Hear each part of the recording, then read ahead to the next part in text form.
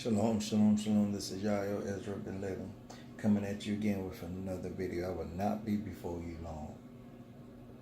I want to come from the book of Deuteronomy, chapter 17. And I just want to take a close look at verse 18. 18 through 20. Now I want to give you a quick summary. This is a word concerning a king. When Israel will have a king, what will govern the king? What will be the king's responsibility? What will be his duties, the things he will do? But let's take a look at 18 through 20, because I believe this will share some very important things and destroy some ideologies that some people have concerning the Messiah, the Christ, the Mashiach. So let's look at verse 18, Deuteronomy chapter 18. I will be coming from the King James Version of the Bible. Verse 18. And it shall be, when he sitteth upon the throne of his kingdom, that he shall write him a copy of this law, or the Torah, the teachings and instructions of God, that the Most High gave to Moses to give to the children of Israel, our ancestors. Just wanted to make that clear. In a book, out of that which is before the priests of the Levites, the Levites. And it shall be with him, and he shall read therein all the days of his life, that he may learn to fear Yahweh his God, to keep all the words of this law, of this Torah, of this instructions, the statutes, and do them, that his heart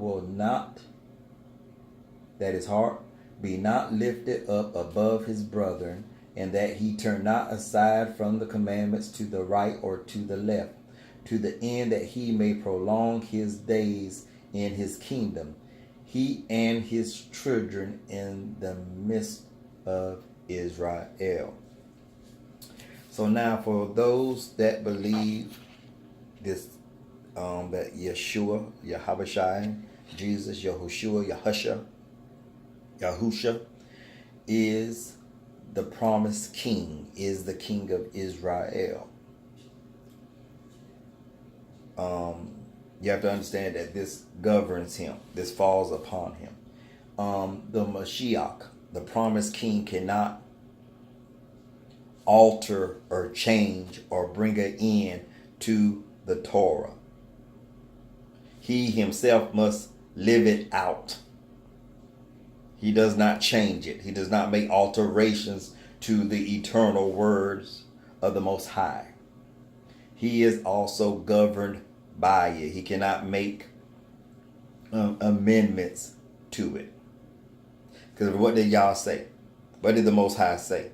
The Most High said, do not add to and do not take away. So for those of you that believe that the Mashiach can do such a thing, you're mistaken. There's no other way to say it. And you will also see right here that he has to make a copy of the Torah for himself and read it for the rest of his life.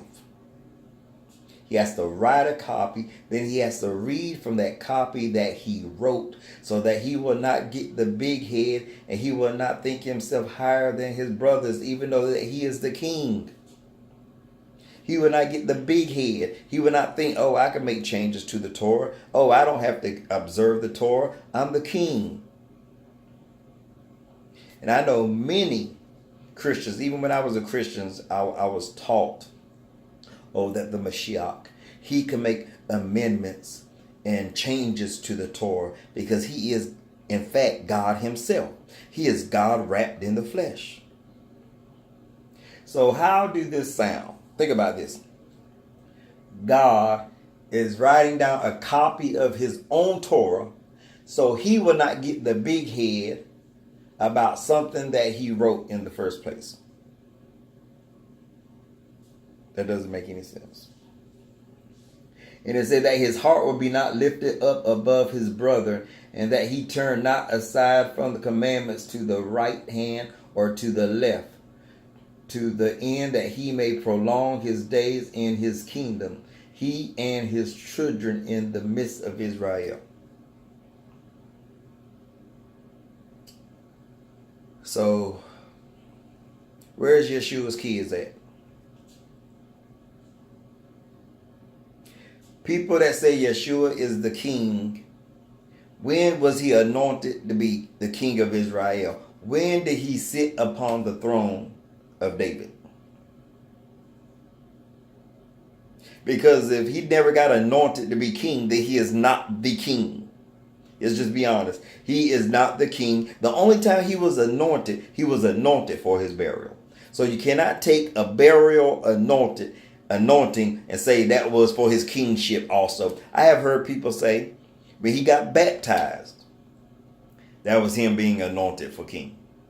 No, that was the baptism for the remission of sins. It didn't say anything about the baptism for the anointing of kingship. So I ask you again, if you say Yeshua is this king, when was he anointed king? And if he was not anointed king when he walked this earth, why should I acknowledge him as king when he was never anointed as such? And why do you think that he can make amendments to the Torah? And I was about to say his, because many of you believe it is his Torah because he is God in the flesh. So why is he making amendments to his own Torah? That's supposed to be perfect. How do you make better the perfect? So I just wanted to make that quick video because somebody asked me about this verse, and I was just like, come on. Yeshua is not the Mashiach. That's my opinion. I had the right to it. It is nowhere spoken of that the Mashiach has to die for sins. It is written nowhere that the Mashiach will be God in the flesh. Like I said, it is not mentioned anywhere that the Mashiach will be God in the flesh and he must die for the sins of the world. That is written nowhere in the Tanakh. When I say Tanakh, I'm talking about the Old Testament writings. It is not mentioned anywhere, any of them concepts I just shared with you, that God will come down, wrap himself in human flesh, become his own son, die for the sins of the world by having all the wrath that he has for sin placed upon himself so that it will free mankind, and then he can have a loving relationship with mankind that put their faith in his son, who is actually him in the flesh. You cannot find that anywhere in Tanakh, period. Anyway, I end on that note right there. This is your brother Yael Ezra been living. I'm just saying, just research what I said. You don't have to agree with anything I say, but at least be honest enough to read from that which I read from and dig a little deeper. That's all I ask. Shalom, love, and blessings, family. Till next time.